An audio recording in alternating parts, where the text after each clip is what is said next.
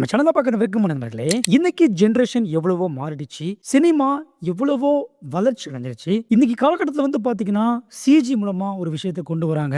முக்கியமா டி-ஏஜிங்ன்னு ஒரு விஷயம் கொண்டு வந்திருக்காங்க. அதாவது என்னன்னா, வயசான ஒரு நடிகர கூட வயசு கம்மியா இருக்கிற மாரி காட்டுற மாரி. ஸோ இந்த அளவுக்கு இன்னைக்கு டெக்னாலஜி ரொம்ப சூப்பரா வளர்ந்துருச்சு. ஆனா, சிவாஜி சார் நடிச்சிட்டு இருந்த அந்த ஒரு காலகட்டத்தில இந்த அளவுக்கு டெக்னாலஜி இருந்துச்சான்னு கேட்டீங்கன்னா, கண்டிப்பா கிடையாது. பட் அப்படி இருந்தாலும் இரட்டை வேட படங்கள், 3 வேட படங்கள்லாம் பார்த்தீங்கன்னா, அப்பமே பண்ணியிருக்காங்க. அது பண்ணவே முடியாதா அப்படின்னு கேட்டீங்கனாலும் பண்ணலாம். சில பல ட்ரிக்ஸ் யூஸ் பண்ணி கொஞ்சம் மூளையெல்லாம் கசக்கி பண்ணா பண்ணலாம். ஸோ அப்படிதான் முன்னர் காலகட்டங்கள்ல இந்த 3 வேட படங்கள், இரட்டை வேட படங்கள்லாம் எடுத்துட்டு இருந்தாங்க. சிவாஜி சாருடைய தெய்வமகன் படத்த எல்லாருமே பார்த்திருப்பீங்க. உண்மையிலேயே கிளாசிக்கான ஒரு படம். அந்த படத்துல சிவாஜி சார் 3 வேடங்கள்ல நடிச்சிருப்பாரு. ஒரு பர்ட்டிகுலர் சீன்ல நீங்க பார்த்தீங்கன்னா, 3 சிவாஜி சாரோட கேரக்டரும் ஒரே ஃப்ரேம்ல காமிச்சிருப்பாங்க. ஸோ இன்னைக்கு நம்ம இந்த ஒரு வீடியோல டெக்னாலஜியே இல்லாத அந்த ஒரு காலகட்டத்துல எப்படி இந்த ஒரு சீன சாத்தியப்படுத்தி எடுத்திருப்பாங்கன்றது தான் நம்ம பார்க்க போறோம். ஒருவேளை உங்களுக்கு இந்த கொஸ்டின் வராம இருந்திருக்கலாம். பட் இந்த வீடியோ பார்த்துட்டு போகும்போது கண்டிப்பா உங்களுக்கும் ஒரு கேள்வி வரும். வாங்க ரொம்ப பேசாம வீடியோக்குள்ள போகலாம்.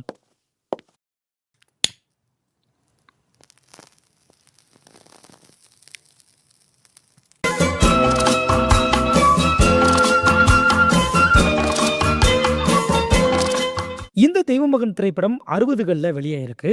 அந்த காலகட்டங்கள்ல படங்கள எப்படிப்பட்ட கேமரா பயன்படுத்தி எடுத்தாங்க அப்படின்னா, ஃபிலிம் கேமராஸ் மூலமா தான் எடுத்திருப்பாங்க. இந்த ஃபிலிம் கேமரா பத்தி இப்போ இருக்கக்கூடிய ஜெனரேஷன்ல இருக்கவங்ககிட்ட கேட்டீங்கன்னா, சுத்தமா தெரியாது. அவங்க பார்த்திருக்க கூட மாட்டாங்க. ஸோ அப்படி இருக்கும்போது, இந்த தெய்வமகன் படத்துல எந்த சீன்ல இந்த மாரி விஷயத்த பண்ணியிருப்பாங்க அப்படின்னா, கண்ணன் அப்படின்னு சொல்லக்கூடிய மூத்த சிவாஜி இருக்கார்ல, மூத்த பையன். அவர் ஃபர்ஸ்ட் டைம் தன்னுடைய அப்பாவ மீட் பண்றதுக்காக வருவாரு. ரொம்பவே மனசு உருக்கக்கூடிய ஒரு சீன். நீங்க இப்போ போய் இந்த சீன பார்த்தீங்கன்னா கூட அவ்வளவு ஹார்ட் டச்சிங்கா இருக்கும். இந்த சீன் எப்படி ஆரம்பிக்கும் அப்படின்னா, ஃபர்ஸ்ட்டு டோர் திறக்கும். அந்த டோர் திறக்கும்போது அப்பா சிவாஜி சார் சங்கர் இருக்கார்ல, அவரு டோர பார்ப்பாரு. டக்குனு அந்த கதவு திறந்த உடனேயே கண்ணன் அப்படியே உள்ள வருவாரு. இப்போ அடுத்த ஷாட்ல கண்ணன் அப்படியே தன்னுடைய அப்பாவ நோக்கி நடந்து வருவாரு. அடுத்த ஷாட்ல சங்கர் சேர்ல இருந்து அப்படியே எந்திரிப்பாரு. கட் பண்ணா ஒரு ஒயிட் ஷாட் காட்டுவாங்க. அந்த ஒயிட் ஷாட்ல ரைட் சைடுல சங்கர் நின்னுட்டு இருப்பாரு. லெஃப்ட் சைடுல பார்த்தீங்கன்னா, பீரோவோட கண்ணாடி இருக்கும். அந்த கண்ணாடியில லெஃப்ட் சைடுல இருக்கக்கூடிய கண்ணன் இருக்கார்ல, அவருடைய ரிஃப்ளெக்ஷன் அப்படியே வரும். அந்த ரிஃப்ளெக்ஷன் அப்படியே கண்ணன் அந்த டேபிள் முன்னாடி நிக்கிற மாரி இருக்கும். இப்போ நீங்க பார்க்குறீங்கல்ல, இந்த ஃப்ரேம் தான் டபுள் ஆக்ஷன் ஃப்ரேம் அப்படின்னு சொல்லுவாங்க.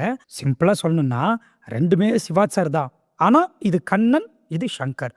இந்த மாரி டபுள் ஆக்ஷன் ஃப்ரேம எப்படி எடுத்திருப்பாங்க அப்படின்னா, நான் முன்னாடியே சொன்ன மாரி இது ஃபிலிம் கேமராஸ் மூலமா தான் எடுக்கப்பட்டுச்சு.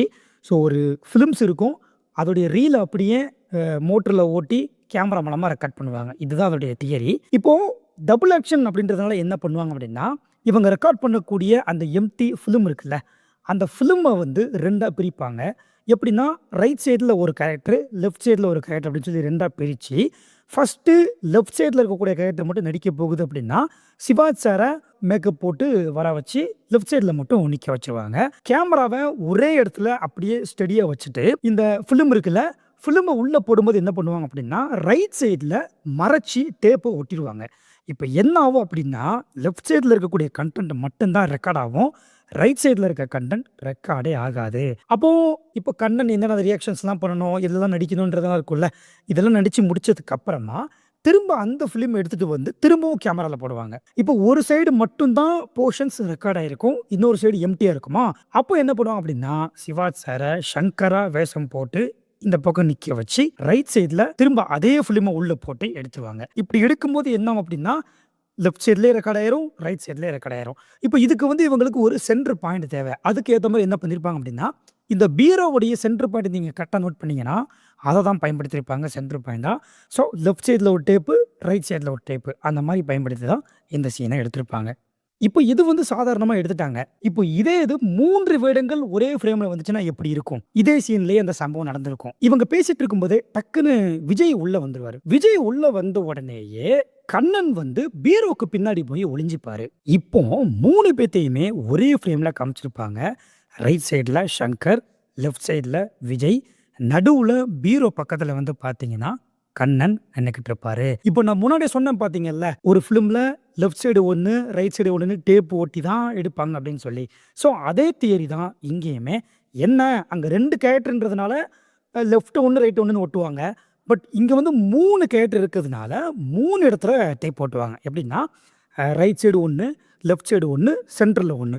ஸோ இது ரொம்ப டிஃபிகல்ட்டான்னு கேட்டிங்கன்னா, சீரியஸாவே கஷ்டம் தான். ஸோ 60ஸ்லயே இத வந்து ரீச் பண்ணியிருக்காங்கன்றது ரொம்ப பெரிய விஷயம். இப்போ இந்த ஃப்ரேம்ல 3 சிவாஜி சார் நின்னுட்டு இருக்காங்களா, நான் ஏற்கனவே சொன்ன மாரி 3 முறை டேப்ப வந்து ஒட்டி எடுத்திருப்பாங்க. ஆனா இந்த சீன நீங்க ஃபுல்லா பார்த்தீங்கன்னா, ஒரு ஷாட்ல விஜய் வந்து செக் இருக்கும்ல, செக்க கையிலேருந்து எடுப்பாரு. கையில எடுத்துட்டு, "அப்பா எனக்காக தான் செக் நீங்க ரெடி பண்ணி வச்சிருக்கீங்களா?" அப்படின்னு சொல்லிட்டு, அப்படியே சங்கர் நோக்கி க்ளோஸ் அப்ல வருவாரு. அப்ப வரும்போது என்ன ஆகும் அப்படின்னா, பீரோவுக்கு பின்னாடி இருக்கக்கூடிய சிவாஜி சார் இருக்கார்ல, நம்ம கண்ணன்.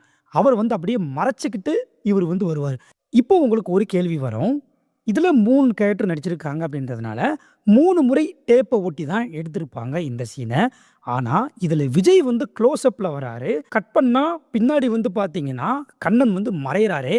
இத எப்படி அவங்க எடுத்திருப்பாங்க அப்படின்னு சொல்லி கேட்டீங்க அப்படின்னா, கட் பண்ணா இந்த ஷாட் வரும்போது, அங்க வந்து கண்ணன் கேரக்டர் இருக்கு பார்த்தீங்கல்ல, அந்த கேரக்டருக்கு சிவாஜி சார் மாரியே மேக்கப் போட்டு ஒரு டூப்ப நிக்க வச்சுருவாங்க.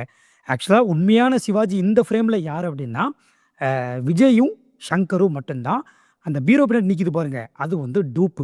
ஸோ அது டூப்பு வச்சதுனால, நல்லா கவனிச்சு பார்த்தீங்கன்னா, அதுல வந்து ஃபேஸ் ரிவீல் ஆயிருக்காது. உடம்பு மட்டும் தான் ரிவீல் ஆயிருக்கும். இந்த மாரி டெக்னிக்கல் விஷயங்கள பயன்படுத்தி தான் இந்த ஒரு சீன வந்து எடுத்திருப்பாங்க. நான் வந்து சினிமா பத்தி நெறைய படிச்சுட்டு இருக்கக்கூடிய ஒரு பெர்சன். ஸோ அப்படி இருக்கும்போது, சிவாஜியோடைய படங்கள் பார்க்கும்போது டெக்னிக்கலா நெறைய விஷயங்கள பார்ப்பேன். அப்ப எனக்கு இந்த படத்துல இந்த ஒரு பர்ட்டிகுலர் சீன் வந்து ரொம்ப ஒரு இம்பாக்ட்ட கிரியேட் பண்ணுச்சு. ஒரு கேள்வி வந்துச்சு எனக்கு. இத எப்படி முன்னாடி எடுத்திருப்பாங்க அப்படின்ற மாரி ஒரு கொஸ்டின் வரும்போது தான், அத பத்தி நம்ம சேனல்ல வீடியோ போடலாமே, ரிசர்ச் பண்ணி அப்படின்னு எனக்கு தோணுச்சு. ஸோ இத பத்தி நான் தெரிஞ்சுக்கிட்டேன். அதனால தான் உங்ககிட்டயும் சொல்லணுன்றதுக்காக தான் இந்த ஒரு வீடியோ மேக் பண்ணியிருக்கேன். அது மட்டும் இல்லாம, இன்னைக்கு நெறைய பேர் வந்து சினிமா பத்தி படிக்கிறாங்க. சினிமால நெறைய கான்ட்ரிபியூஷன் பண்றாங்க. ஸோ அப்படி இருக்கும்போது, அவங்களுக்கு பழைய காலத்துல எடுக்கப்பட்ட ஒரு படத்துல இப்படியெல்லாம் டெக்னாலஜிய பயன்படுத்தியிருக்காங்களா? அப்படின்ற ஒரு விஷயத்த நம்ம சேனல் வழியா சொன்ன மாரியும் இருக்கும். ஸோ அதனால தான் முடிஞ்ச வரைக்கும் இந்த ஒரு வீடியோவ நெறைய பேருக்கு நீங்க ஷேர் பண்ணீங்க அப்படின்னா, எனக்கு ரொம்ப நல்லா இருக்கும். ஓகேவா? சரி ஓகே. இந்த ஒரு வீடியோவ நெறைய பேருக்கு ஷேர் பண்ணுங்க, லைக் பண்ணுங்க. இப்ப நான் சொன்ன கருத்துக்கள் உங்களுக்கு புரிஞ்சுதா? இல்லையா? அதையும் கமெண்ட்ல வந்து போடுங்க. நான் கொஞ்சம் பெரிய பெரிய வார்த்தை தான் பேசியிருக்கேன்னு நெனைக்கிறேன். ஸோ உங்களுக்கு என்ன புரிஞ்சுதோ, அத மட்டும் நீங்க கமெண்ட்ல போடுங்க. ஓகேவா? சரி ஓகே. நாளைக்கு இது மாரி நல்ல ஒரு வீடியோல நான் உங்களை சந்திக்கின்றேன். நன்றி.